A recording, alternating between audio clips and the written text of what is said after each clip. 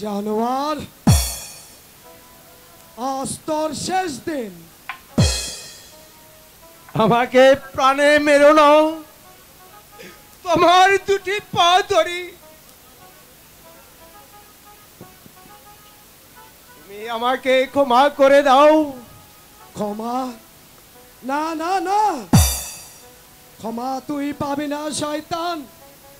কারণ একদিন আমার মা আমারই চোখের সামনে তোর কাছে ক্ষমা চেয়েছিল, কিন্তু কিন্তু তুই আমার মাকে ক্ষমা করিসনি। আমার মা যেভাবে চিৎকার করেছিল, আজ তোকে সেইভাবে চিৎকার করে মরতে হবে শয়তান। কে তুমি ভাই? তুই আমাকে এখনো চিনতে পারিসনি বেঈমান? চেয়ে দেখ,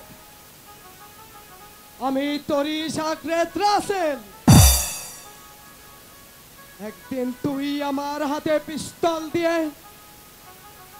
আমাকে তুই ডাকাত বানিয়েছিস। আজ সেই রাসেল ডাকাত তোকেই ডাকাতি করবে।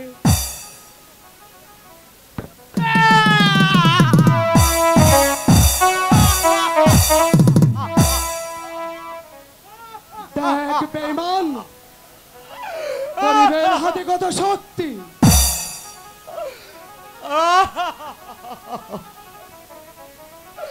আমি যে আর সহ্য করতে পারছি না। আমি যে পাপ করেছিলাম, আমি আর সেই পেয়ে গেলাম। শুধু তাই নয়, শুধু তাই নয় বেঈমান, আমার মাকে তুই আমার মাকে তুই হত্যা করার অপরাধে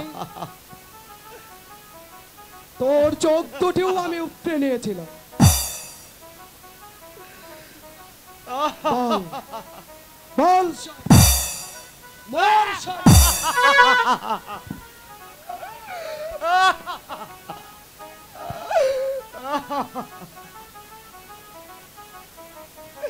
আমি রঙ্গিল দুনিয়ায় রঙের নেশায় আমি মশগুল হয়েছি।